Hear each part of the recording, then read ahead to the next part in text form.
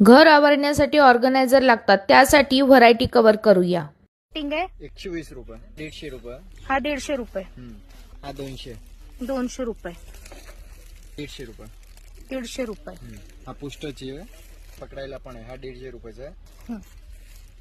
हे set organiser single piece पाहिजे तरी 150 रुपये. तुम्हाला क्वांटिटी मध्ये हवे तरी मिनिमम 6 पीस असेल तरी तर 1560 रुपये डझन येणार. 1 2 3 पीस असेल तरी तर 150 रुपये मध्ये देणार. आणि आपल्या ऑर्डर मिनिमम 4-5 पीस असेल तरी ऑर्डर होणार, असं 1-2 पीसची ऑर्डर नाही होणार.